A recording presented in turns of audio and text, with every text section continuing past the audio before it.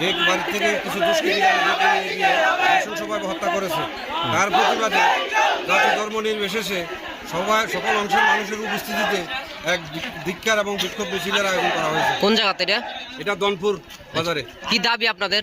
আমাদের দাবি, 2 জন আসামিকে গ্রেপ্তার করা হয়েছে এবং বাকি 4জন আসামি এখনও রয়েছে।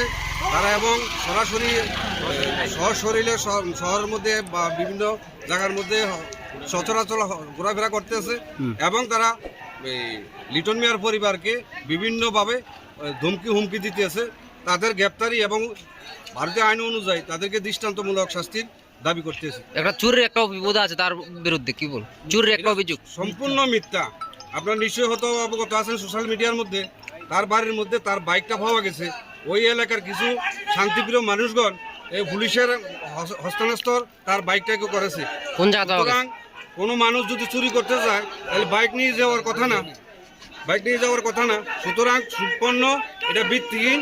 যারা এই অপপ্রচার করতেছে আমরা তাদের তীব্র নিন্দা। একটা চক্রান্তমূলক মুভলিং মুসলিমদেরকে দেখে বিভিন্ন অপবাদ দিয়ে হত্যা করা হচ্ছে এবং উনজেট করা হচ্ছে।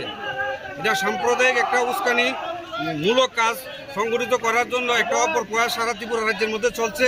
এই ত্রিপুরা রাজ্যে যে ভ্রাতৃত্ব, শান্তি, সম্প্রীতি এবং হিন্দু মুসলিম পাহাড়ি বাঙালির যে একটা মৈত্রিক সম্পর্ক ছিল এবং এখনও আছে, এটাকে ধ্বংস করার জন্য একটা কুচক্র উঠে পড়ে লেগেছে। আমরা তার তীব্র নিন্দা করি এবং এই চক্রান্তের গোড়াকে তল্লাশি করে ত্রিপুরা রাজ্য সরকার এবং প্রশাসন যেন কঠোরভাবে হস্তক্ষেপ করে তাদেরকে শাস্তির আওতায় আনে, সেই আবেদন আমরা রাখছি।